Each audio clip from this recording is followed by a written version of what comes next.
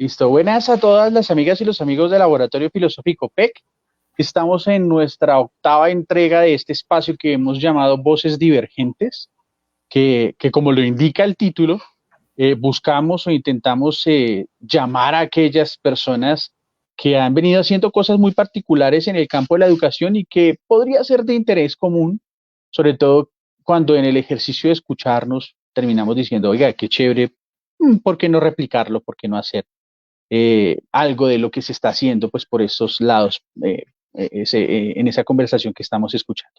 Entonces, insisto, en nuestra octava entrega estamos muy contentos, estamos muy alegres y bueno, hoy tenemos a un invitado que no solamente es un invitado, ¿no? Es un amigo de la casa desde hace bastante tiempo. En la publicación del laboratorio en mi perfil personal les decía que una de las razones por las cuales conozco a David, o bueno, una de las razones por las cuales más bien llego a la filosofía es por David, una conversación a la luz de un café que estuvimos por allí compartiendo. Entonces, seguramente más adelante vamos a compartir un poco qué fue lo que pasó en esa conversación. Por ahora, por lo pronto, varios favores especiales. Pedirle a las personas que nos están escuchando nos ayuden a compartir esta conversación. Queremos llegar a más personas. Recuerden que el trabajo que hacemos en el laboratorio es completamente orgánico.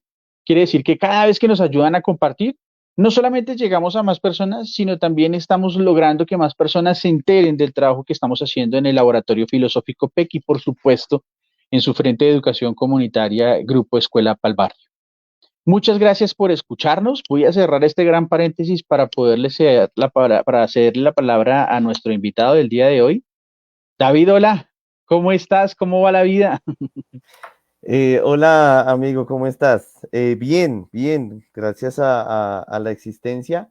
Bien, bien, trabajando, feliz, contento de estar aquí, de poder tener un espacio para charlar más allá desde cualquier tipo de egocentrismo académico, desde la amistad. Eso me parece lo más importante y lo más fructífero de todo esto.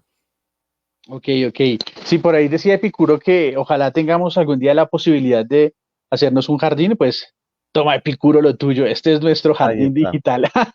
Aquí ahí tienes. estamos, aquí estamos sentados. Citando un poquito a Borges, viene siendo un jardín de senderos que se entremezclan entre ellos, que se construyen cuando se bifurcan. Y eso me parece lo más enriquecedor de todo esto. Genial, genial. Que sea entonces esta la oportunidad para un diálogo, para una conversa chévere. Y bueno, arranquemos con la primera pregunta, David, que vale la pena decirle a las personas que nos están escuchando que a diferencia de otras entrevistas en donde tal vez compartíamos las preguntas previamente un poco para que quien iba a ser entrevistado tuviese una idea de qué se le iba a preguntar y fuera caminando como por esa línea de la pregunta, aquí lo quisimos hacer diferente. Le propuse a David y él aceptó generosamente no enviarle preguntas, sino que esta conversación estuviera dada como a la luz de inquietudes, de sugerencias, de cuestiones, de afectos que van saliendo a medida que vayamos conversando. Entonces, pues, qué chévere que sea así, ¿no? La improvisación. Nadie improvisa sobre lo que no sabe hacer. Y aquí creo que hay talento, sí, hay talento. Entonces vamos a ver cómo nos va. Esperemos al finalizar el espacio no nos tiren tomates, no nos vayan a Epa, tirar tomates. Arranquemos con la primera pregunta que te quiero hacer, David, y es que nos puedas contar un poquito quién es David, qué hace David en sus tiempos libres cuando no está preparando una clase, cuando no está haciendo las veces de profe en el colegio. ¿Quién es David y qué le gusta hacer? Que nos hables un poquito de ese lado humano tuyo. bueno, lados humanos hay muchos. Ujú. Em, Soy un fiel seguidor de la vida contemplativa, es decir, en ocasiones no me dedico a hacer nada, siento que es necesario ese espacio. Siempre le digo a mis estudiantes que la existencia ya es una labor muy, muy grande, como para agregarle cosas. Em, ¿Qué hago en mis ratos libres? Me encanta la música, siento que es mi profesión frustrada. La música, me dedico a leer en mis ratos libres. Em, Me dedico a montar cicla los fines de semana porque aprendí a montar cicla hace poco, entonces estoy con la afición de la bicicleta. Em, También me la paso jugando billar. Es Ok, una realidad, el billar hace parte de mi vida, me la paso cocinando, me la paso con mi perro. con Aquiles, en ocasiones con mi familia. Em, Me la paso en la calle, callejeando. Pero pues es básicamente eso, en eso se resume el qué hacer, el qué hace David después del aula de clase. Ok, ok. Dices que tienes bueno, no recuerdo muy bien cuál fue la palabra que utilizaste, no sé si pasión o profesión frustrada. Una profesión frustrada que es la La música. música, ¿qué pasó con la música? Sí, que la música llega a mí por diferentes circunstancias de la vida. Em, he desarrollado casi toda mi vida dentro de la iglesia. Ok, ok. Me la he pasado en iglesias. em, y entonces ahí se va desarrollando ese interés por la música, por aprender diferentes instrumentos de forma empírica, por aprender a cantar, aprender a también a enseñar parte de lo que es la música, no a nivel académico, profesional, ni nada de eso, sino de una forma muy amateur. Entonces, la música siempre ha hecho parte de mi vida. Valga decirlo aquí en esta conversación entre amigos, es la forma en que me llego a conocer con Jefferson, eh, por una cuestión laboral, digámoslo así, donde se empiezan a descubrir talentos que uno tiene ocultos y pues se empieza a explotar la música un poco. De esa forma, un saludo a mi papi que ya se pudo conectarle en vivo. Te quiero, papi, estoy triunfando. Saludos a mi mami. Eh, entonces es de esa forma que se empieza a dar eso de la música. Em, Digo frustrado porque siempre he querido hacerlo. Digamos que la vida va acomodando las cosas en su lugar. Esperemos que la acomode alguna vez, eh, dentro de este periplo existencial que tenemos. Es una pregunta para más adelante, sin embargo, te la voto para que la vayas pensando, ¿no? ¿La música ha tenido que ver, por ejemplo, en tus espacios de clase, dentro del aula de clase? Sí, sí, la música es un... Es decir, perdóname, para ser un poco más concreto, ¿tus estudiantes te han visto interpretando la guitarra o el piano en un espacio de clase? No, en un espacio de clase no, en misas. Mi Ah, ok, vocación musical son las misas y por lo general en los espacios académicos donde he estado y actualmente donde estoy, eh, intento explotar ese talento dentro de una Eucaristía, dentro del aula de clase, hay que decirlo, son cosas que me dan pena, ok, ok, casualmente, casualmente. Me las doy de no ser una persona penosa, pero en ese aspecto sí, sí me considero bien, bien penosito. ok, ok. Regresando un poco a lo que estábamos hace un momento conversando sobre quién es David, en la información que nos envías o que nos compartes respecto a como a esa bibliografía sintética, esa biografía sintética de quién es. Tú dices que eres hijo, dices también que eres profesor en aula de clase, consideras que eres un profesor innovador, dices dentro de la descripción, pero también mencionas que tienes una relación especial con, con la sensibilidad que puede despertar la literatura, la poesía. Me gustaría conocer un poco cómo llegas tú, por ejemplo, a eso, a la literatura y a la poesía, de qué manera llegas allá. No me gustaba leer. Ok, No, la lectura no era una cuestión de afición. En el colegio leí ciertas cosas que eran obligatorias, que luego uno entiende que, o bueno, en su momento no entiende para qué, que luego uno retoma, pero es y bueno, me acuerdo el primer libro que leí se llama El día de mañana nunca llegará, que es de Mika Waltari, un escritor europeo. Pero de ahí a que yo haya desarrollado una afición por la lectura, no. Em, Sin embargo, la filosofía me lleva a empezar a entender que la literatura es una puerta. Sigamos con la idea del jardín. Es un camino de ese jardín, la literatura, que nos va a llevar a ese punto que es, la filosofía también. Y entonces empiezo a dar con profesores, con compañeros, con conocidos que saben de literatura y empiezan a compartirme ciertas cosas. eh, y es de esa forma en que, pues, obviamente, mi primer encuentro es con la literatura griega, con con todas las tragedias y demás. Y es en la literatura medieval, con todos estos cantares, con todos estos estilos de literatura e ir comprendiendo las diferentes épocas literarias, es como empiezo a descubrir ciertos autores que empiezan a llenarme la vida. Entonces, la literatura llega y se queda en mí, no a modo de experto ni nada, eso me considero amante de ciertos autores, como por ejemplo Borges. Borges para mí ha sido un pilar en la vida.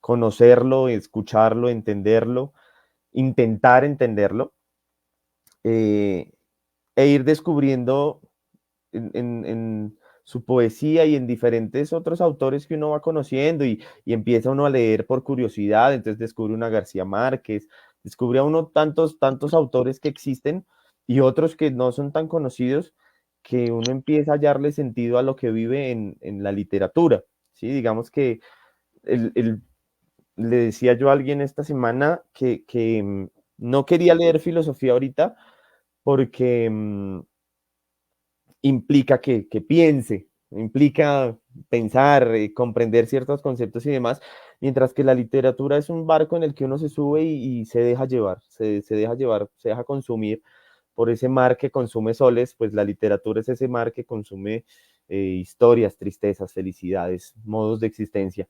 Y como bien lo dice Mario Mendoza, pues el que lee vive muchas vidas, entonces también es un remedio para la soledad y demás. Entonces la literatura entra de esa forma quizás intempestiva y se queda para siempre hasta el día de hoy. David, una pregunta, ¿qué te llevó a qué? ¿La literatura a la filosofía o la filosofía a la literatura? Te hago la pregunta porque recuerdo a propósito de esto que mencionábamos al principio de yo llego a la filosofía porque te escucho hablar de filosofía. Entonces, en ese momento yo pensaría, David está situado en la filosofía, es su lugar, es el lugar donde se encuentra parado. Pero hoy ya un poco después de que pasa el tiempo, etcétera, etcétera, me planteo esa pregunta, ¿qué te llevó a qué? ¿La literatura a la filosofía o la filosofía a la literatura? La filosofía me lleva a la literatura, Ok, totalmente, totalmente. Sí, son estas cosas que no sé, llamémosla literatura comparada, digámoslo de alguna forma. ¿Sí? Entonces, mm, cuando me dicen hay que entender la filosofía desde desde otros lugares, eh, como lo es la literatura, ahí es donde uno se da cuenta que no son simples historias, sino que debajo de esas historias empieza uno a encontrar toda una teoría filosófica que se encuentra evidentemente en los libros, ¿sí? Pero que se muestra de otra forma. ok, ok, ok. Ah, Es eso. un pequeño paréntesis, a las 8 personas que en este momento nos están viendo, gracias por estar presentes. Pedirles el favor de reaccionar a esta conversación que aparece en las redes como publicación, sobre todo porque las reacciones, como un ejercicio orgánico, permiten que la conversación sea visible para otras personas que vayan haciendo como el ejercicio del dedo en las redes sociales, ¿no? De estar mirando qué les pueda parecer, que puedan reaccionar a la conversación. Ese favor como pedirte. Cerrar el paréntesis. Háblanos un poquito sobre la relación. Una cosa es la relación que uno tiene con la literatura y la filosofía en lo íntimo, ¿sí? En las paredes de la casa, ¿por qué no en el espacio en donde, por ejemplo, yo aquí en tu fondo veo la biblioteca, en ese espacio como personal, en lo íntimo? Pero otra cosa muy diferente es la relación cuando esta implica un tercero. Voy a poner un ejemplo. Tú la filosofía y la literatura y los jóvenes que aparecen en un salón de clase. ¿Cómo es esa relación? ¿Cómo la llevas tú? Sobre todo porque el filósofo carga con unas preguntas y unas cosas muy personales, muy íntimas, y a veces también enseñar filosofía hace la vida un poco más compleja. ¿Cómo la llevas tú? ¿Cómo llevas tú esa relación entre literatura, filosofía, David y juventud? Procurar leer filosofía actualmente es una cuestión muy compleja, Ok, ¿sí?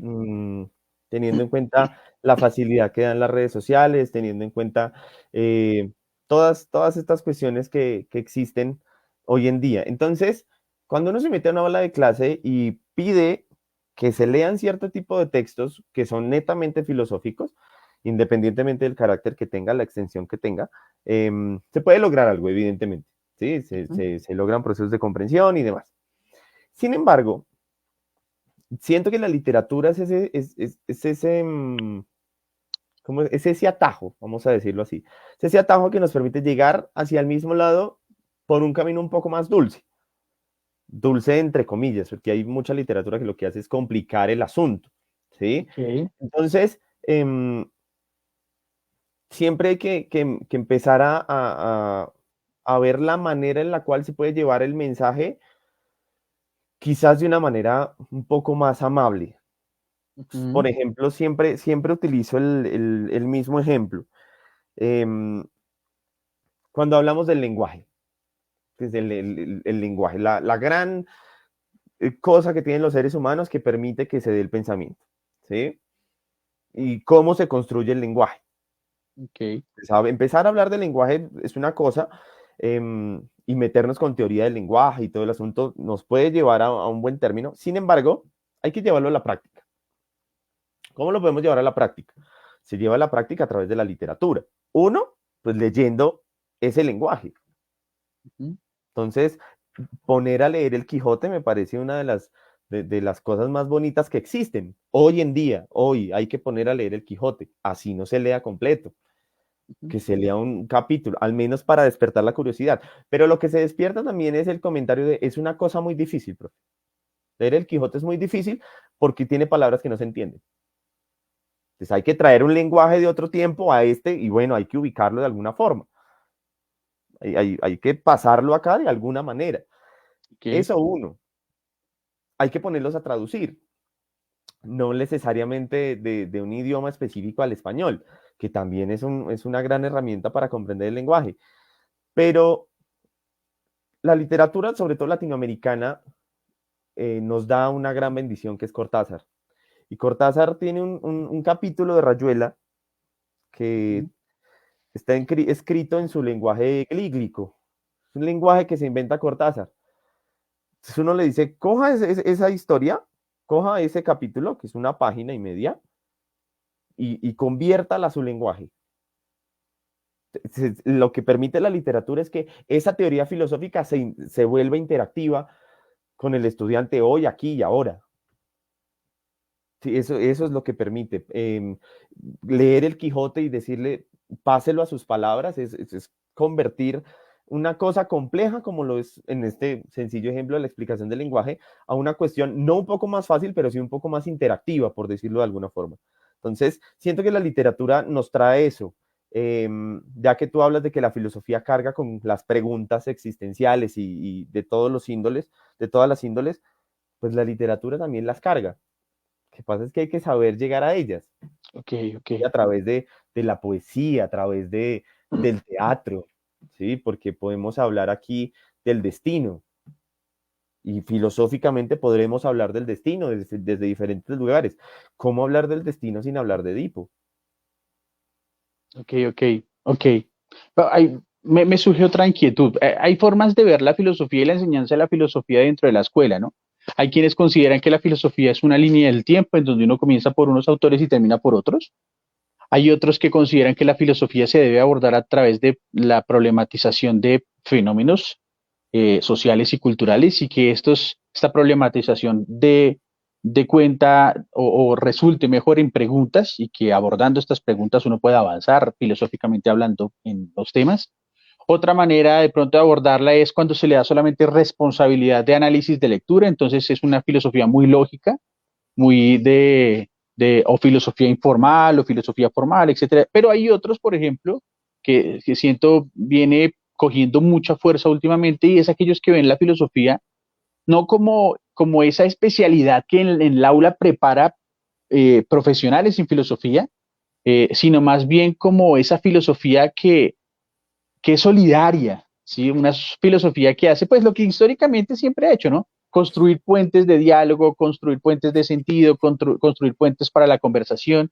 Y en ese sentido bebe de otros saberes. Entonces, una filosofía desde el arte, una filosofía, lo acabas de mencionar tú, desde la literatura y la poética, una filosofía, ¿por qué no desde bueno, ¿qué dice la filosofía cuando dialoga con la psicología, por ejemplo? Otros de pronto una filosofía cuando habla con las matemáticas, y entonces bebe de distintos artes, ¿sí? Una filosofía que habla con el teatro. Incluso hay personas que se han ido un poco más a lo mundano, por llamarlo de alguna manera, y lo pongo dentro de un paréntesis grande, y hablan de filosofía que dialoga con películas, por ejemplo, actuales. Hablan de una filosofía que habla con fenómenos musicales como por ejemplo lo es el reggaetón. Hablan de filosofía tal vez como por ejemplo esta que habla con videojuegos, en el caso del profe Manuel, a quien siempre lo traigo aquí a colación. ¿Tú cómo ves la enseñanza de la filosofía? ¿Cómo debe ser? ¿Por dónde se debe ir? ¿Por dónde debemos caminar cuando hablamos de filosofía y de enseñanza de la filosofía dentro del aula? ¿Cómo lo ves tú? Bueno, hay lineamientos. Ujú. Partamos desde ahí, ¿no? Entonces hay lineamientos del ministerio y demás que nos llevan a entender la filosofía desde tres eh, grandes competencias, que es la crítica, la dialógica y la creatividad. ¿Sí? Esas tres están ahí latentes, que ya nos dan una indicación de por dónde hay que ir. Ok, Entonces, mi estudiante tiene que poder criticar un problema, así mismo tiene que poder dialogarlo, tiene que poder expresarlo, pero tiene que ser creativo. Y para ser creativo se tiene que involucrar el arte, al menos en mi caso. ¿Sí? La creatividad se puede ver de diferentes maneras. Lo que tú dices, por ejemplo, lo que hace el profe Manuel con los videojuegos, me parece una cosa brutal, brutal, porque es encontrar filosofía donde la mayoría veía vagancia, ¿sí? Porque es la categoría que se le da a los videojuegos. Pero siempre he intentado utilizar la misma idea. Hay que desacralizar la filosofía. ujú, Que nos podemos rasgar las vestiduras y todo el asunto, sí, tranquilamente. ¿Sí? Hay que desatanizarla. ¿Sí? ¿Por qué? Porque nosotros, los que enseñamos filosofía, siempre vamos a tener que bailar con las ideas más feas socialmente. ok, Somos nosotros los que criticamos posturas religiosas, somos nosotros los que ponemos en duda la existencia, somos nosotros los que ponemos en duda valores morales tradicionales, somos nosotros los que criticamos los diferentes juicios que se hacen, éticos, morales, estéticos. Nosotros tenemos que hacer todo ese asunto. Yo, por ejemplo, evidentemente sigo una cierta línea de historia de las ideas, eh, al mejor estilo de la primera filosofía que se hace en Latinoamérica, donde intentamos revisar toda esta historia culturalmente aceptada de la filosofía, ¿no? Entonces los griegos, la Edad Media, la Edad Moderna, cómo ujú, cambia a la edad contemporánea, ciertos autores, ¿sí? Pues tampoco me gusta llenarme de autores y demás, pero independientemente de la línea que se siga, hay que aterrizarla al hoy, hay ujú. que aterrizarla al hoy y siento que ahí está el punto de partida para poder llegar en una clase de filosofía, para intentar ni siquiera enseñar filosofía, sino intentar que el estudiante tenga la capacidad de criticar. Pero no la criticadera por criticar, sino la crítica que se hace desde un pensamiento elaborado sobre cierta problemática. ¿Sí? Entonces, como tú lo dices, ¿por dónde me muevo? Me voy más por el lado de las artes. ¿Sí? Entonces, evidentemente la música, la pintura, el teatro y el cine eh, son elementos fundamentales de mi práctica pedagógica, Ujú. fundamentales, ¿sí? Em, en tiempos de pandemia fueron aún más fundamentales, porque era de lo que teníamos para servir, sí, de lo que teníamos para servirnos a la hora de enseñar. Y como lo dices, hay que empezar a jugar temporalmente. La Ok, filosofía es una cuestión que tiene que jugar temporalmente porque me tengo que volver a Grecia, pero eso lo tengo que relacionar con la edad moderna, con la edad contemporánea, pero además de eso, tengo que traerlo al hoy. Si no lo traigo al hoy, a los estudiantes no les llega. Si no ok. tengo la capacidad de llevarlo al hoy, no se entiende. Entonces, por ejemplo, este año, con mis estudiantes de 11, hablamos de la sexualidad, de las diferentes etapas del desarrollo psicosexual de Freud, Espérame que un ya, momentico, dime. perdóname un momentico. ¿Tus estudiantes están en este momento aquí? ¿Hay estudiantes presentes? Invitarlos a que si están, que nos dejen los saludos para que el profe pueda ver que lo están observando y lo están escuchando, que sea Yo no sé si ya salieron del colegio. Sí, ya salieron. Igual, si Esta, no comentan, pues vamos a dejar acá mi número de Nequi para que pueden enviar a Nequi y ahí nos damos cuenta también de cualquier apoyo que quieran hacer. cierro el paréntesis, me contabas que estaban hablando de Sí, filosofía y estaban de hablando Freud, de Freud. ¿sí?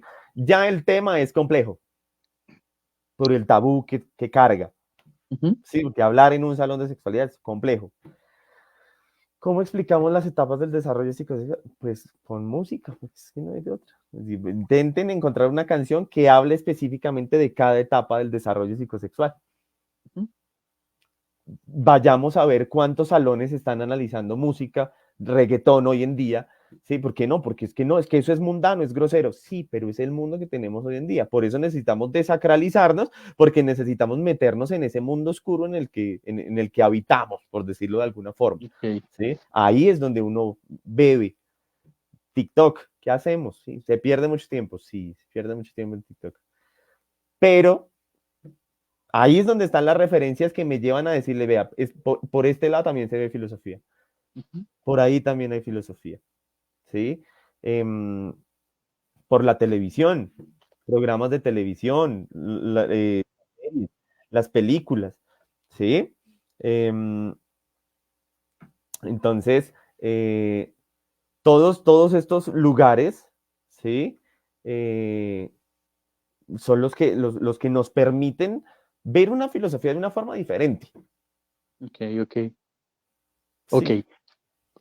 Voy a hacerte la siguiente pregunta que me inquieta bastante y que la tengo guardada desde que arrancamos.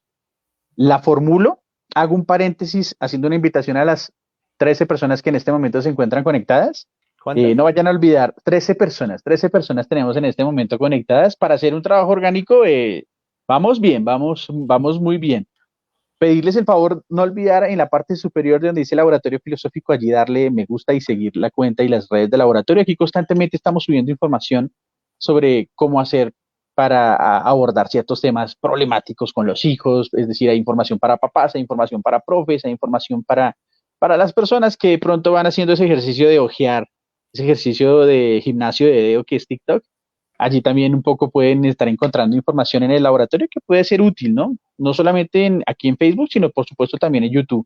Hay una cantidad de conversaciones súper interesantes que estoy seguro puede darles luces un poco de cosas que tienen que ver con la vida y que a veces uno, a propósito de lo que menciona el profe David, uno como sacraliza y entonces no toca, pero no, hay que tocarlas, hay que tenerlas pues en cuenta. Cierro el paréntesis y formulo la pregunta. ¿Cómo es una clase del profe David? Es decir, tras bambalinas, ¿qué pasa en una clase del profe David antes de llegar al salón de clase? La pregunta concretamente es porque yo veo que eres muy, vamos a decirlo en estos términos, eres súper popular.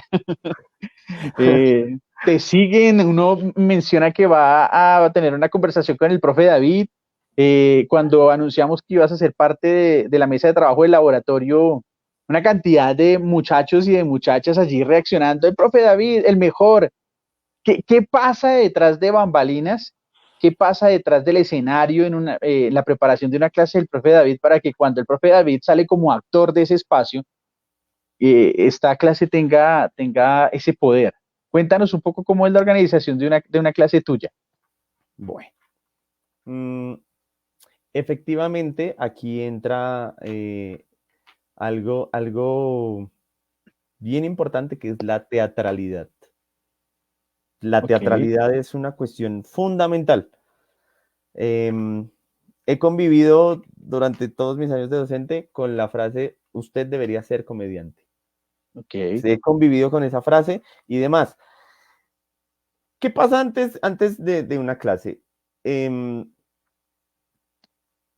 obviamente se prepara al menos una temática, ¿sí? Se preparan ciertas temáticas. Soy Ujú. amante de las diapositivas, me encanta hacer diapositivas, es uno de mis hobbies.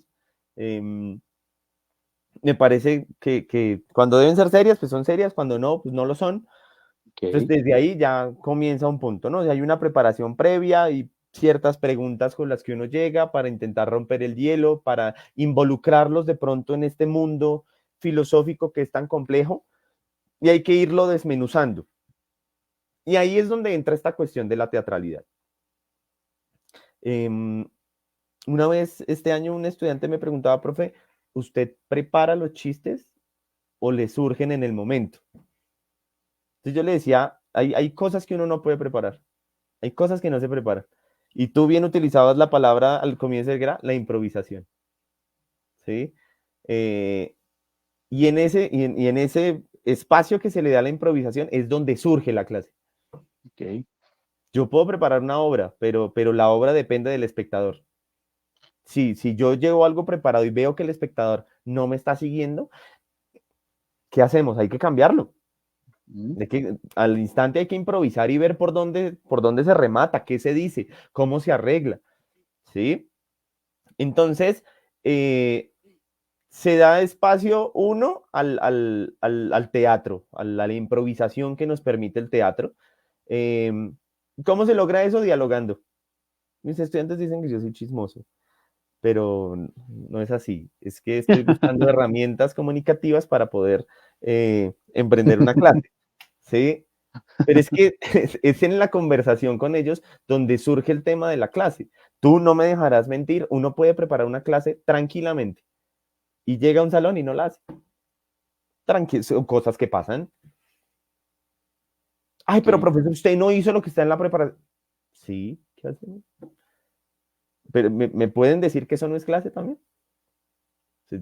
Y ahí es donde entra la teatralidad, ¿sí? Porque muchos de mis ejemplos son gestuales. Y tengo que hacer gestos y tengo que hacer expresiones y grito en el salón y me salgo del salón y demás, porque es que ahí es donde está esta parte de la teatralidad y entra también a jugar quizás la protagonista más importante, que es la sonrisa. Eso me parece fundamental, fundamental. La idea de poder sonreír en un salón de clases y de que lo reciban a uno con una sonrisa me parece fundamental en este proceso, ¿sí? Porque, insisto, yo puedo preparar una clase tranquilamente. Ujú. El problema que tenemos hoy los maestros es que todo lo que nosotros preparamos ya está en Internet. Nuestros chinos van a YouTube y encuentran lo que se les dé la gana al respecto. Les digo, ¿cómo hago para que sin necesidad de que esta persona vaya a YouTube, ¿sí? Pues se enganche acá? Y lo que uno se encuentra es que quizás no se acuerden de lo que dijo el filósofo, pero sí se acuerdan del chiste que hicimos sobre ese filósofo. Y ahí es donde empieza el juego. Entonces hay que coger por ahí para empezar a irnos quizás por ese camino filosófico que tenemos. ¿Dónde radica la popularidad? Quizás en eso, en la posibilidad de la risa, ¿sí? En la posibilidad del comentario sin sentido, ¿sí? Del salirse del tema, de si estamos acostumbrados a una línea recta, quizás hay que salirse un poquito de la línea para ver qué encuentra uno por ahí, que si acierta o se equivoca, no hay problema, conocimos otro punto. Entonces siento que ahí es donde radica esto, en brindarle la confianza a los estudiantes de que sean sí mismos, de que puedan hacer chistes, de que puedan hacer comentarios, de que puedan decir lo que piensan tranquilamente, en un espacio controlado donde medianamente la risa se vuelve una protagonista, ¿sí? Y Ujú. eso me parece fundamental también para la educación desde el afecto en ese sentido. A propósito de la teatralidad, tú mencionas, se tiende a pensar que la filosofía es un ejercicio meramente cognitivo, como que la cabeza es ahí protagonista y el cerebro está operando y etcétera, etcétera, etcétera. Sin embargo, el cerebro está situado en un lugar de la misma manera que están situados los afectos y las emociones, y ese es el cuerpo en su totalidad. Es decir, que tendríamos que pensar una filosofía no como una cuestión meramente cognitiva, sino como una cuestión que implica el cuerpo en su totalidad y a todo lo que es el cuerpo en su totalidad. Y por eso pienso mucho en la palabra teatro, en la teatralidad de la enseñanza de la filosofía. Y cuando uno piensa en el teatro, uno piensa en unas cosas muy particulares y en unos hábitos muy particulares y, si se quieren, unas formas muy particulares del teatro. Quien se prepara, por ejemplo, o se forma para ser actor o actriz, tiene unas formas muy particulares, sobre todo en su corporalidad, en el conocimiento de su corporalidad. Por ejemplo, tú mencionas la sonrisa. la sonrisa hace parte, digamos, de tu corporalidad para eso, para, para, para poder generar espacios diferentes en el que la filosofía, la literatura o el saber que acompañes tengan esa sustancia que sea distinta de otras formas de enseñanza. Respecto a la teatralidad, ¿qué otras cosas tiene una clase del profesor David que permitan justamente que a partir de la exploración del cuerpo en su totalidad hayan espacios de aprendizaje? Qué otras formas? ¿Cuáles son esas otras formas que hay? Al principio te preguntaba por la música. Yo estaba convencido que la música era una herramienta fundamental, por ejemplo, en tus espacios de clase. Ya me confesaste que eso no ha sido así. Pero ¿qué otras herramientas tiene el profesor David para que sus clases tengan eso, esa sustancia? Es como cuando uno hace un caldo sin el huesito el caldo no sabe igual. ¿Sí? Qué otras herramientas tiene el profesor David para que estos espacios de clase sean eso, espacios confortables, eh, que permitan una tranquilidad al estudiante, que haya confianza, etcétera, etcétera? Bueno, uno, siento, ya lo acabas de decir, uno es la confianza. La confianza abre y desinhibe, digámoslo de alguna forma, ¿sí? Tanto intelectualmente como emocionalmente como físicamente. La confianza desinhibe. Entonces esa confianza es la que permite que no más en la postura sea una cuestión un poco más relajada y más liberal en cierto sentido.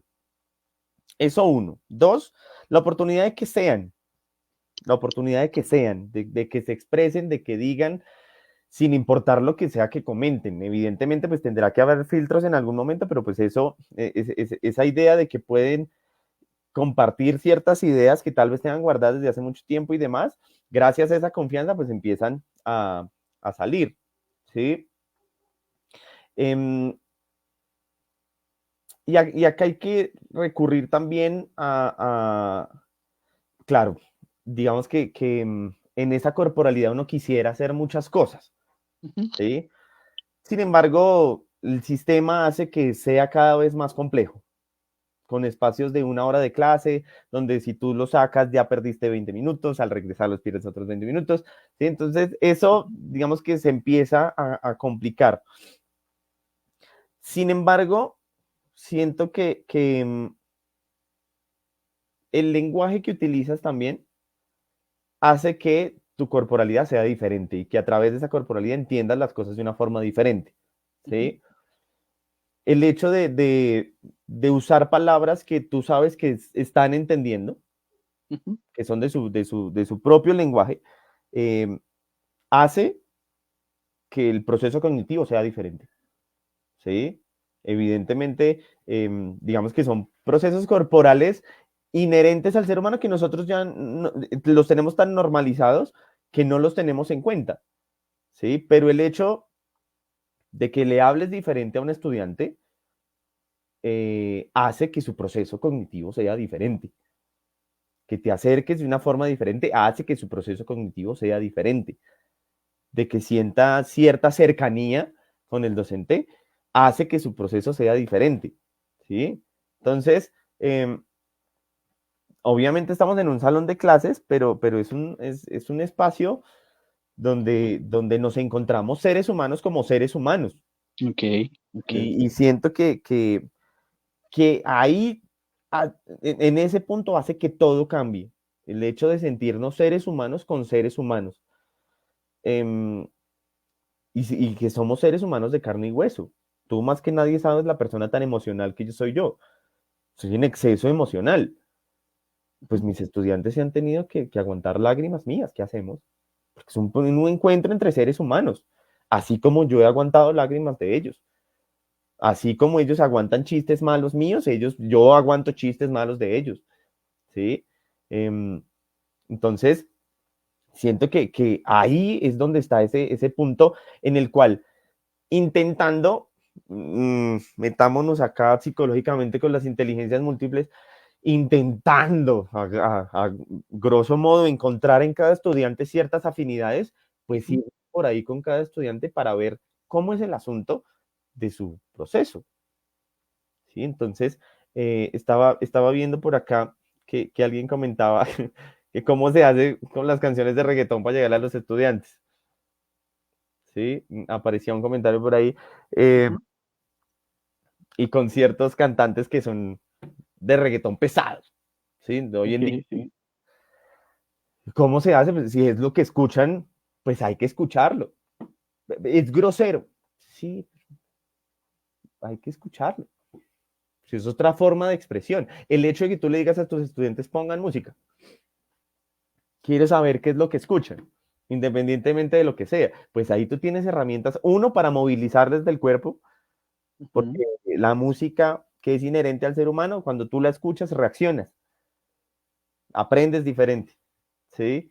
Y la música te va ayudando a enlazar ciertas cosas. Entonces, tú sabrás que hay cosas que tú escuchas canciones y te acuerdas de cosas. Pues así funciona todo esto, ¿sí? Es empezar a quitar un poquito, y sobre todo en filosofía, ese ladrillo pesado que tiene esa carga, eh, para intentar llevarlo de la manera más amena posible, que siento que es donde está la diferencia. Sí, aunque sea mínima, pero siento que es ahí donde está la diferencia.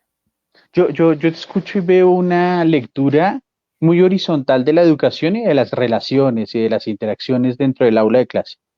Es decir, eres el profe de tus estudiantes, pero estoy convencido que en esa relación horizontal tus estudiantes en ti ven a alguien más que un profesor, ¿sí? Incluso por aquí una de las personas que nos acompaña en la conversación, María Angélica Segura. Ahora, María Angélica, gracias por estar atendiendo a este espacio de conversación. Dice, el profesor se destaca por generar empatía con sus estudiantes.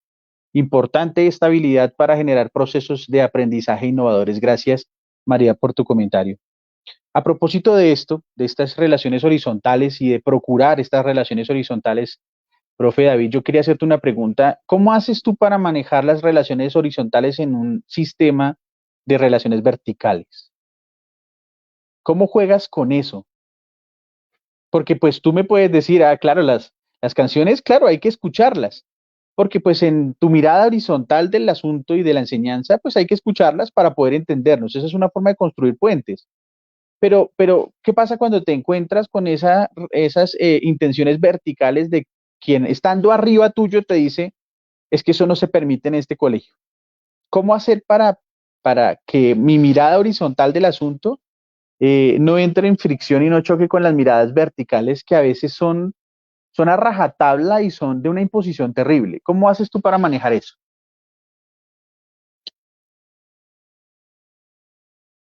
Ten cuidado porque aquí te están escuchando personas y de pronto y ya se está acabando el año. Mentiras. Era un chistecito. Qué mal gusto el chiste. Tienes el micrófono apagado, creo. Si no sigo, pues ya sabemos qué pasó. Bueno, insisto, a nosotros nos toca bailar con las ideas más feas. Ujú. Siempre, siempre. Entonces, eh,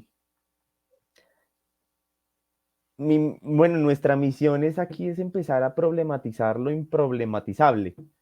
Eso es lo Ujú. que hacemos los filósofos, ¿sí? El preguntar, el cuestionarse y demás. Si si una crítica, si una cuestión genera incomodidad, es problema del que se incomoda, no del que critica. Siempre pongo el ejemplo de los niños. Entonces, si un niño, sobre todo cuando dicen es que los niños son imprudentes, el niño es niño, el niño pregunta cosas, ¿sí? Entonces, no sé, ¿por qué te vistes tan feo? El niño es Ujú. imprudente, el niño quiere resolver una curiosidad y aparece el castigo, no se pregunta, eso no se pregunta, eso no se dice, ¿sí? Entonces, a pesar de que estamos en un sistema, ¿sí? Pues hay que empezar a subvertir ese sistema. Y para subvertir un sistema, pues uno tiene que estar preparado para cualquier cosa que aparezca, ¿sí? Entonces, hemos trabajado en colegios católicos, Ujú. si un colegio católico a mí me dice, ¿por qué está preguntando sobre la existencia de Dios? Yo digo, uy, el problema no es mío, ni de mis niños, el problema es suyo. Pues se supone que el colegio tiene ya la conciencia religiosa de decir,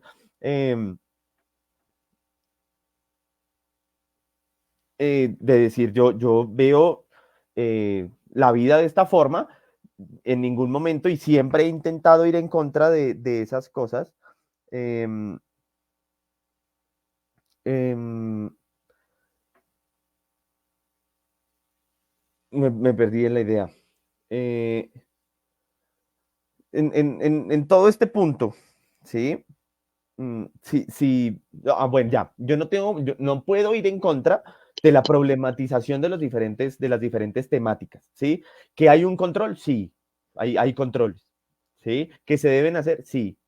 ¿Que deben revisar las clases? Obvio, que entren cuando quieran, pero el pensamiento no se puede limitar y la libre cátedra no se puede limitar, ¿sí? Entonces, volviendo a este tema de la cuestión de Dios, de la cuestión de la sexualidad ahorita que está tan en boca esta cuestión del género, si no puedo hablar de un tema, ya es, eso ya viene a tener otras connotaciones, ¿sí? Que son ciertos sesgos ideológicos. Y desde mi materia me han dicho guerrillero, paramilitar, ateo, satánico, bueno, de todo. Una vez me dijeron que yo era seguidor de Hitler. ¿Por qué? Porque si volvemos a esta idea del teatro, pues seguimos problematizando, ¿no? Entonces, ¿qué hace uno en el teatro? Pues hacer, al mejor estilo de los griegos, hacerle sentir al espectador algo que yo quiero que sienta. Entonces, si yo hago un debate sobre feminismo, yo le voy a decir a mis niñas, es que la mujer tiene que estar en la cocina. Pues para eso está la mujer en el mundo, en la cocina. ¿Y es mi pensamiento? No, ¿qué tengo que hacer? Tengo que empezar a despertar en el otro ciertas cuestiones para que brote de él y de ella una idea, ¿sí? Acá ya estamos siendo hasta mayéuticos, ¿sí? Entonces, a pesar del pensamiento vertical que se debe tener, el pensamiento es horizontal, lo quieran encasillar donde lo quieran encasillar. Y me pueden encerrar corporalmente en cualquier lugar, pero mi pensamiento es libre. ¿Qué hacemos? ¿Sí? Y siento que la filosofía es esa materia que se permite saltar bardas, ¿sí? Meterse a lugares que no debe meterse. Porque tú lo sabes, nosotros somos los que hablamos de muerte, hablamos de suicidio, hablamos de diferentes temas que en la realidad no se tocan, porque no, de eso no se puede hablar. Y siempre voy a tener en mi cabeza, ya para cerrar este punto, un caso que muy bonito, en cierto sentido, un estudiante se nos intenta suicidar hace unos años y tenía conducta suicida. Y yo estaba viendo a Nietzsche en once. Entonces, eh, la muerte de Dios, la subversión de los valores, el eterno retorno, ¿cierto? Entonces yo dije, uy, yo tengo una problemática y es esta, yo estoy explicando esto porque se dijo no se pueden hablar de ciertos temas para evitar ciertas cosas. Ok. Ok. Pasaron cosas y dije, no, imposible. O sea, el tema no se puede ocultar, hay que hablarlo de frente. Y en esa clase que era virtual, esa fue en pandemia, dijimos, bueno, vamos a hablar de Nietzsche y el suicidio. Y cómo se trata el suicidio, cómo lo entienden ustedes, compañeros, sus puntos de vista y todo. ¿Qué pasó al final? Tuvimos un lindo mensaje de esta estudiante diciendo, gracias, hacía falta que alguien hablara del tema. Eso es lo que hacemos nosotros. A pesar de que sea algo tan vertical y con lineamientos tan claros y tan específicos, la filosofía llega hasta donde ha llegado porque se salta esos límites, se los salta, porque así es el pensamiento de los seres humanos, se salta cosas. Los papás se enfrentan a preguntas de sus hijos que no tienen ni idea de por qué ni para qué, porque los niños se saltan cualquier paradigma, porque eso es la vida de un ser humano, saltarse los paradigmas. Ok. Aquí hay una pregunta de José de Durán. Gracias, José, por escucharnos. No sé si sea alguien cercano porque veo en tu corporalidad que genera una sonrisa. Dice, profe, ¿siente usted que hay un poco de control por parte de personas con cargos superiores, los cuales obstaculizan ese tipo de prácticas con los estudiantes, ya que desde el punto de vista de ellos no está bien visto que un docente tenga ese tipo de tratos de confianza con sus alumnos? Sí, evidentemente y tranquilamente. Em, pero digamos que acá hay que caminar con piecitos de plomo, ¿sí? O sea, no estamos diciendo que el control que ejerce una institución pues, no, que esté mal, no, en lo absoluto, ¿sí? Pero sí ciertas cuestiones.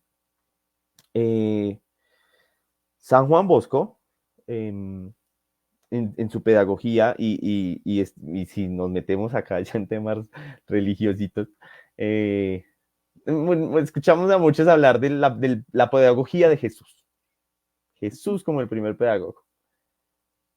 Y es que Jesús, tú que hiciste diplomados sobre eso, eh, No recuerdo, no sé de qué estás hablando. nosotros que cargamos con ciertos diplomados al respecto, hablamos de la pedagogía del encuentro, ¿sí? ¿Cómo educa Jesús? ¿Cómo educa Jesús? Siempre ha sido mi interrogante. ¿Cómo creen que educa Jesús? Sin meternos con cuestiones religiosas, vamos a meternos en una cuestión pedagógica, el Cristo pedagogo, ¿sí? Entonces, en una cuestión del Cristo pedagogo decimos, ¿cómo educa Jesús? En la distancia, evidentemente, ¿sí? Entonces, no, a mí no me sigan, no. Ustedes allá y yo acá, porque yo soy la autoridad acá y yo soy el que manda y el respeto se logra es gritando. Quizás en el templo, cuando vais y expulsa a los vendedores y todo el asunto. Pero siempre he querido ver a un Jesús amoroso. Es un man que se acerca a los nadies. Utilicemos palabras políticamente correctas hoy. Los nadies, a los que no tienen nada, a los que no son escuchados. Pero me devuelvo a lo que decía antes, y más allá de cualquier cosa, es una relación entre seres humanos.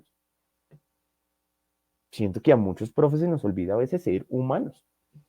Entonces, nuestro estudiante se vuelve un número, una cifra, y siempre utiliza el mismo ejemplo. Entonces llama a un código, entonces código 5, póngase de pie. Y alguien se pone de pie, digo, si ve, usted ya no necesita ni siquiera su nombre.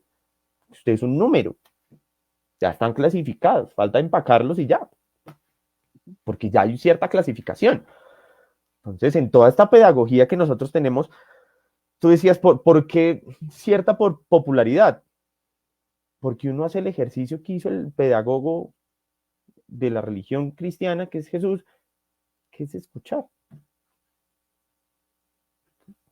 Una cuestión tan básica como esa, escuchar. ¿Por qué nos buscan a nosotros? Porque escuchamos. Y digo nosotros porque tú mantenemos una misma profesión, hemos hecho lo mismo en ciertos momentos, hemos trabajado juntos y sabemos lo que es eso. Sabemos lo que es que nos digan, oiga, tengo un problema, ¿me puede escuchar?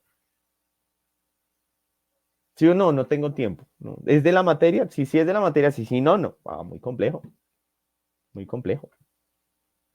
Hay un ejercicio que por lo menos en el laboratorio tratamos de hacer o procuramos hacer, David, y es este ejercicio de divulgar un conocimiento, un saber, o en su generalidad, divulgar sobre qué es esto a lo que le llamamos filosofía, sin saber qué es filosofía, porque realmente no, en este momento, a los 36 años que tengo, y lo hemos discutido con compañeros, no sabemos qué es filosofía.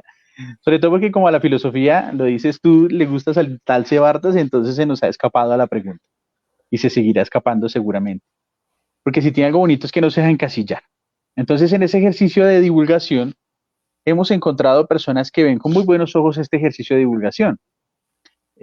Yo aquí hago un paréntesis, yo siento que los profesores dentro de la escuela, hay profesores que hacen divulgación de la filosofía dentro de la escuela, porque más allá de qué es lo que hay que aprender o qué es lo que hay que enseñar, más allá como de esos DBA que mencionabas al principio, mmm, tienen un patos muy particular por la enseñanza de la filosofía y lo contagian, saben contagiarlo, ¿sí? Y eso genera en sus estudiantes inquietudes y una cierta admiración, pero también un cierto deseo de curiosear por dónde fue que caminaron quien te está hablando. Entonces ese ejercicio de la divulgación es bonito por lo mismo, porque permite reconocer que la filosofía sigue teniendo un lugar, independientemente existan personas, sujetos o lo que sea, que quieran desdibujar el lugar de la filosofía en nuestro presente, en la actualidad. Mm, hay otro grupo de personas que no lo ven con tan buenos ojos y tienen razón cuando afirman que el activismo filosófico o la divulgación filosófica puede convertirse en un narcisismo filosófico, en donde yo asumo una posición de yo lo sé todo y el mundo gira en torno a mí y entonces los demás escúcheme, porque voy a hablar, algo así. Tienen razón, pero siento que hay que tener cuidado con esa observación, sobre todo porque puede caer en ese conjunto de personas quienes tienen unas preocupaciones legítimas y al caer en ese grupo de personas que se llaman o que se les llama narcisos filosóficos, se puede estar desdibujando esas preocupaciones legítimas que muchas de ellas tienen que ver con fricciones que se tienen con la escuela, con fricciones que se tiene con la academia, con el hecho de que ha venido problematizando la enseñanza en general y se ha visto no con muy buenos ojos tanto los resultados como los procesos. Entonces no ven con muy buenos ojos esto de la divulgación filosófica. Y hay otros que prefieren callar. Hay unos que afirman que la divulgación filosófica es la construcción de puentes que me permitan llegar a otros lugares. Hay unos que dicen definitivamente esto se está convirtiendo en un narcisismo filosófico y ahora los filósofos montan consultorio y entonces hacen consultoría filosófica, como si fueran psicólogos y están los terceros que dicen nos callamos. ¿Tú cómo ves este ejercicio de la divulgación desde tu lente? ¿Cómo lo observas tú? Bueno, digamos que estamos tal vez en la época donde hay más divulgación, ¿sí? Por toda esta cuestión tecnológica, ¿sí? Em, y además de eso, pues el acceso a libros es mucho más fácil, bueno, en cierto sentido, porque también hay que decirlo, si la literatura en Colombia es cara, la literatura filosófica es aún más cara, Ujú, ¿sí? Precisamente por eso. Em, y, y es muy complejo adquirir estos libros. Sin embargo, uno entra a TikTok y se encuentra con gente hablando de filosofía, con gente trayendo conversaciones filosóficas, hablando desde diferentes lugares, lavando loza, al mejor estilo de Zizek, que es el que empieza esto haciendo en su la cama. filosofía en el baño y en la cama, Ujú. ¿sí? Pues es la desacralización de este asunto filosófico y cómo se habla desde diferentes lugares. Empezamos a ver personas que hablan en sus videos sobre reseñas filosóficas. Este libro te interesa si viste esta película. Entonces empiezan Ujú. a mostrar la filosofía desde otro lugar. Mm, y yo siento que ese es el lugar que prefiero para hablar de divulgación filosófica. Em, ¿Por qué? Porque lleva a la pregunta, más allá de si lleva a la pregunta filosófica, lleva a la pregunta, ¿sí? Que siento que es donde está el punto. Llevar a una pregunta filosófica es complejo. ¿Cómo en una película encontramos la idea del ser y del ente? Uy, fue pucho. No dice, uy, espere, uy, ¿sí? ¿Cómo hallamos lo óntico dentro de esta lectura literaria? No dice, ok, ahí hay filosofía directamente. Pero siento que así como hay que aprovecharnos de la vaguedad del concepto, ¿no? Vaguedad para mí en este momento, que es el concepto de filosofía, llevar a mi estudiante o a cualquier persona que hable con uno, porque esa es la otra, no solo en el aula, sino en cualquier lugar, llevarlo a una pregunta, que diga, nunca había pensado esto, Ujú. nunca había pensado esto. Hablaba con alguien muy cercano eh, sobre Eduardo Galeano. Eduardo Galeano en un libro que se llama El libro de los abrazos, tiene una reflexión sobre la teología, que es una cosa preciosa. Esa cosa, siento, es la definición perfecta de la manera en que se entiende a Dios. Y hablábamos de la soledad de Dios. Ujú. Yo le preguntaba a esta persona, ¿alguna vez te has preguntado cómo se siente Dios? ¿cómo está Dios? ¿Le has preguntado tú en tu oración, Dios, ¿cómo estás? Que si es filosófica o no, vale 5. Pero estamos abriendo un camino que es, oiga, hay una pregunta que no he hecho. Y hay preguntas que no se han hecho y que se deben hacer y que se pueden hacer, sobre todo. ¿Sí? Que es algo muy, muy, sí, digámoslo así, es muy griego esto. Pregúntese, cuestiónese sobre sus cosas, sus intereses. ¿Sí? Lo que hago tiene algún sentido. Hay filosofía y toda la filosofía está ahí. El problema está en que nosotros buscamos la divulgación. No, qué mensaje está lindo. Buscamos la divulgación es empoderada. Muchos profesores tenemos el ego narcisista de decir, es que él estudia filosofía por mí. Es que, ¿y cuál de ustedes va a estudiar filosofía? Es Yo una estudio pregunta que tenemos. filosofía por su merced. Y mira lo lindo. Sí. Eh, pero es llevar a decir, oiga, no me había preguntado eso. Nunca me había hecho esa pregunta. Y oye, interesante por ahí, pero vuelvo a lo mismo. Nosotros queremos es que nos digan, profe, me leí Aristóteles, profe, me leí a Platón, pero leí a Kant. Bueno, bien, bien, bien. Quizás lo entiendo, no lo entiendo, es harina de otro costal, costal de otra harina, dijeron por ahí, ¿sí? Pero cuando llegue alguien y dice, mira, quiero leer algo diferente, ¿qué me recomiendas? Ahí ya se rompió todo. Y empieza la divulgación. Filosófica, yo siento que sí, solo que se hace a través de otros medios. Entonces, por ejemplo, la literatura. Entonces, oiga, léase esto, a ver si le parece, si le gusta, si no le gusta. Pero aún en el descubrir si me gusta o si no me gusta, hay divulgación. Hay un estilo de divulgación. Los profes de filosofía, por lo general, divulgamos también dentro de la sala de profes. Porque tradicionalmente, pues los filósofos, ¿qué saben hacer? Armar problemas. Filósofos a armar problemas. Ve ciertas cosas que por lo general no se ven y las dice, las comparte y demás. Ahí hay divulgación. Y lo que te digo, redes, el ejercicio que estamos haciendo, complejo o no complejo, de hacerlo por este lado, pues es un estilo de divulgación.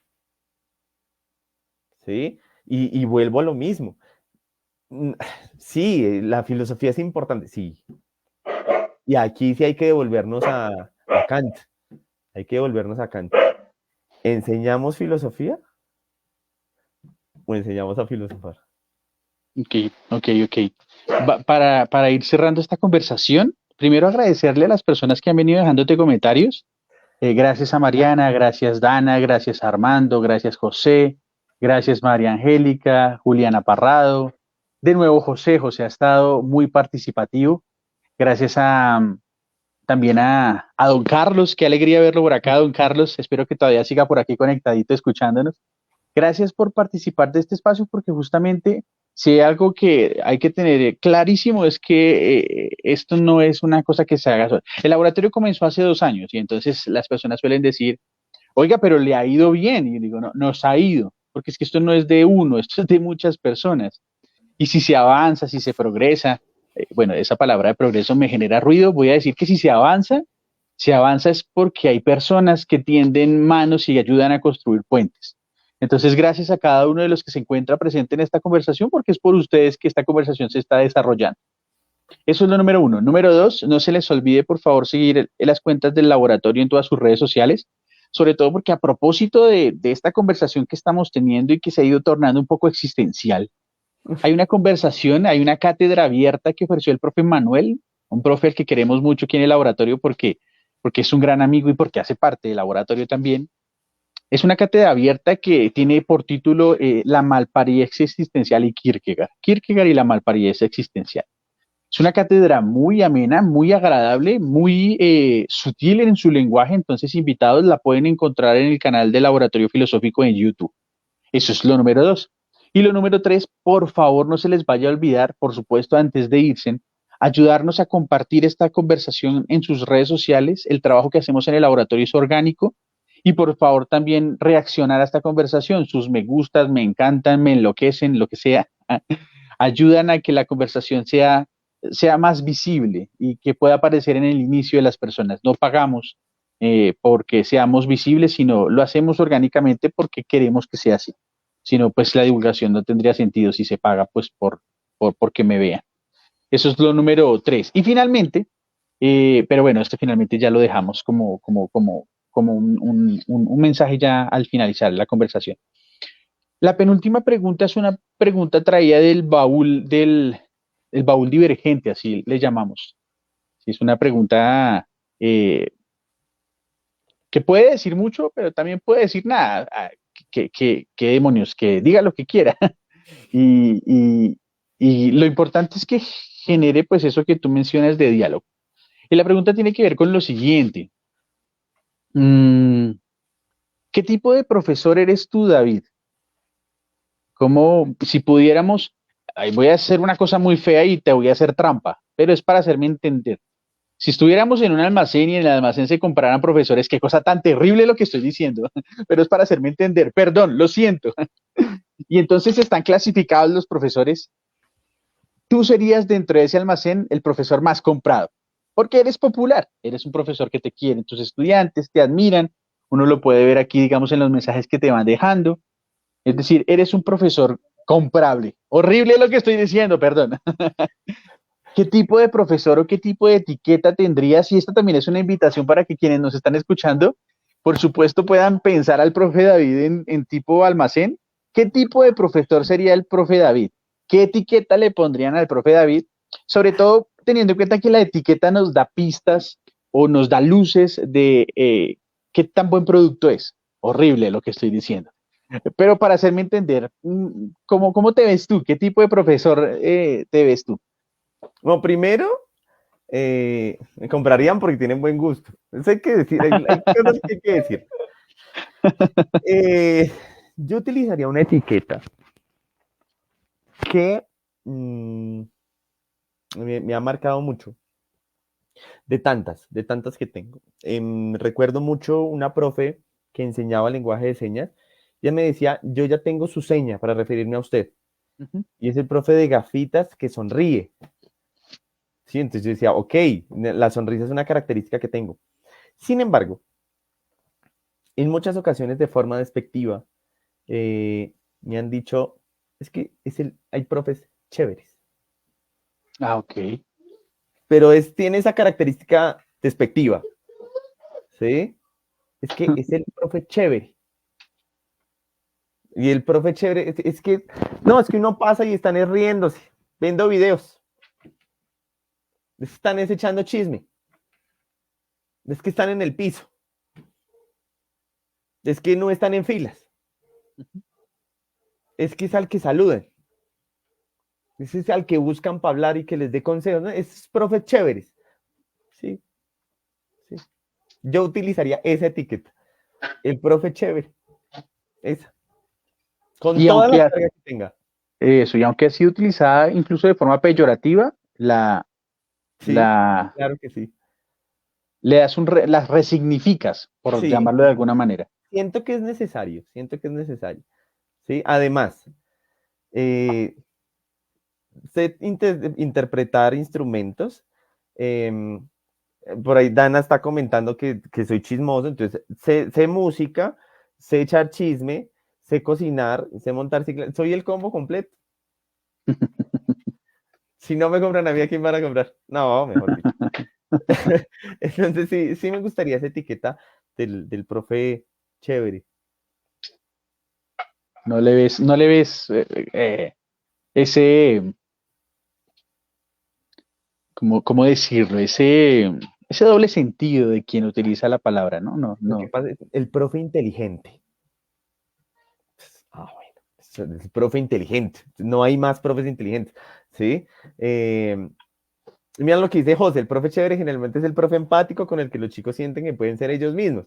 Ahí es donde está lo chévere. Yo te puedo decir, no, yo soy el profe intelectual. No, y lo digo con esta naturaleza, yo puedo ser lo más ramplón del mundo. comenzando, y esto hay que decirlo, y lo bueno es que va a quedar para la posteridad. Ahorita juega Millitos, ¿qué hacemos? Eso hay que decirlo. Y ahí hay que apoyar a Millitos, ¿sí? Y tal. Y mis estudiantes saben que yo lo digo abiertamente, porque es que puedo ser lo más banal del mundo, lo intelectual a veces no se me nota, ¿sí? Pues tampoco. El profe que hace cambiar el pensamiento, no, eso es mucho esfuerzo. Mucho esfuerzo, el que crea conciencia, no, es muy idílico. ¿Sí? Escucho a muchos comentarios, el que forma. Un profe decía, yo no soy un docente, yo soy un formador. Entonces cogemos la arcilla sin forma y le damos la forma que queramos. ¿Sí? Es que nuestros chinos ya tienen forma. Ya tiene una forma, que alguna es feíta, ¿qué hacemos? Pero el de todo y en la viña de mi Dios.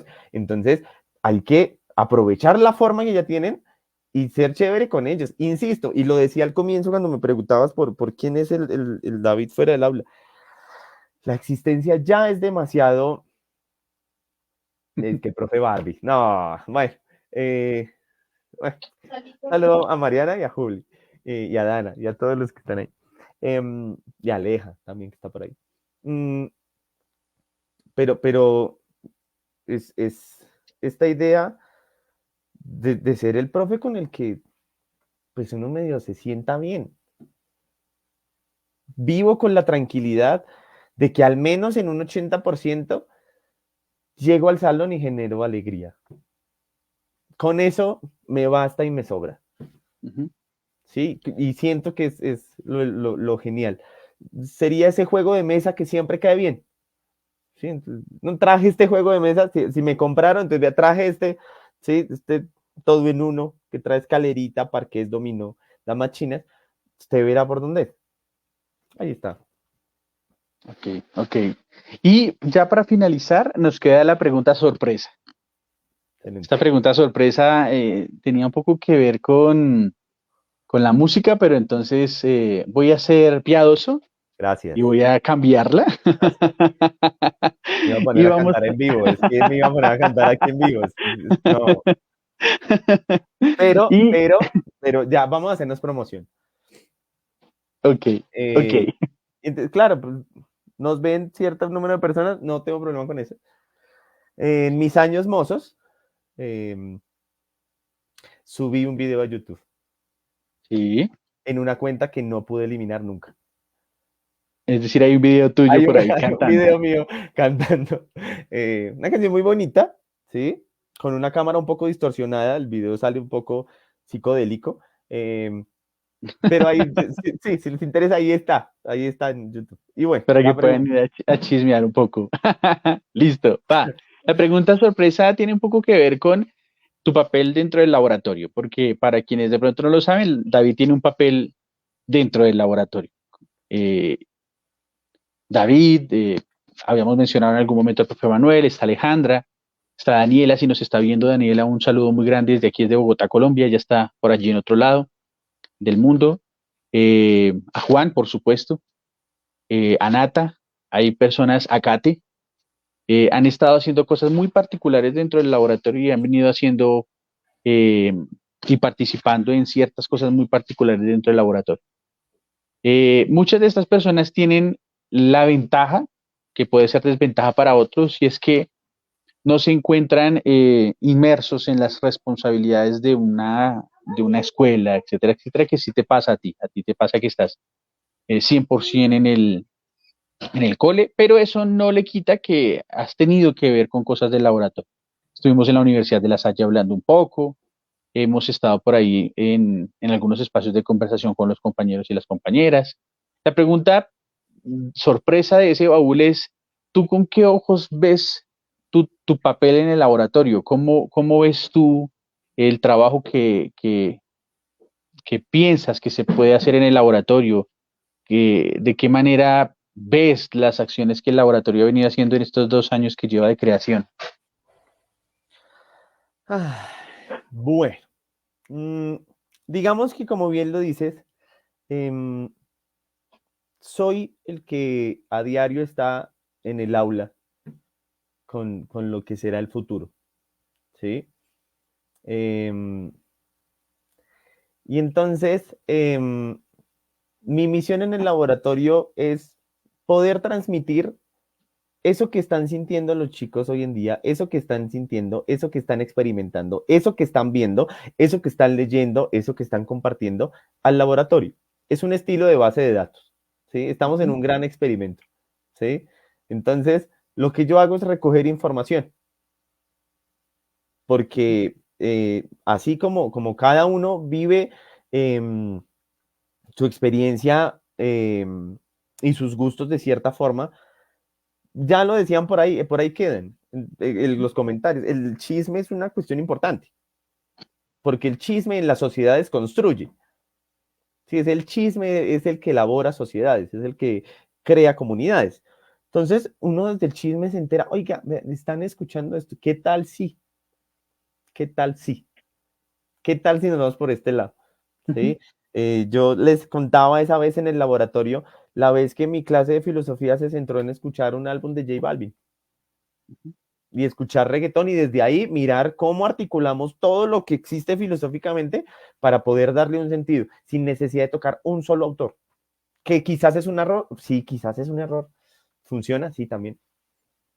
Porque al menos se escuchan y dicen, oiga, yo me acuerdo que en esta canción lleva este nombre por esto, por esto, por esto y por esto. ¿Sí? Entonces, siento que en el laboratorio somos un grupo de hormiguitas que vamos todas por diferentes caminos, pero sabemos a dónde tenemos que llegar. Cada una va cargando una hojita. Mi hojita es la de el aula de clase. ¿Cómo están pensando, qué están pensando y para qué están pensando nuestros chicos hoy? Y cómo desde el laboratorio podemos llegar a impactar de diferentes formas. Sí, en este caso eres un informante, porque Sí, nos sí, soy. mantiene al día sobre cosas que suceden dentro del aula de clase. Como diría Kierkegaard, quizá, ese quizá es tan bello, quizá en alguna oportunidad, pero no va a ser en esta, las cosas bellas no se acaben, pero pues en esta ocasión, esta conversación que fue muy bella, pues se tiene que terminar. En ese sentido, entonces, David, pues agradecerte mucho por el espacio, por la conversación, por el tiempo que generosamente nos has regalado a nosotros y por supuesto a todas las personas que nos han estado aquí escuchando, ¿no? A Juliana, a José, a Armando. Chévere haberlos podido conocer este año. Teníamos toda la intención de llevar al laboratorio al colegio. No lo logramos, pero lo lograremos. Venceremos, dice una canción muy bella. Venceremos. En ese sentido, entonces, agradecerles mucho por estar atentos a la conversación, por seguirnos en nuestras redes sociales, por acompañarnos, por supuesto, en este diálogo. Y bueno, cada vez somos más trabajando por el valor de la experiencia. Muchísimas gracias a cada uno de ustedes. David, te cedo la palabra para que te puedas despedir de las personas que nos acompañan. Gracias a todos los que estuvieron acá, desde sus casas, desde eh, la calle, desde los diferentes lugares. Darle las gracias a todos. Y como lo decía la descripción al comienzo, eh, so- soy porque somos, o siendo porque somos. Y esto es una labor que se construye entre todos como seres humanos. Em, Démonos un poco más las manos, apoyémonos un poco más, leamos juntos, construyamos juntos y nada. Un abrazo para todos en la distancia y una sonrisa como abrazo para todos. Estamos aquí, entonces, aquí en la chaqueta, por ejemplo, vamos a chicanear chaqueta. Ah, Aquí sí, en yo la también, un chaqueta, momento.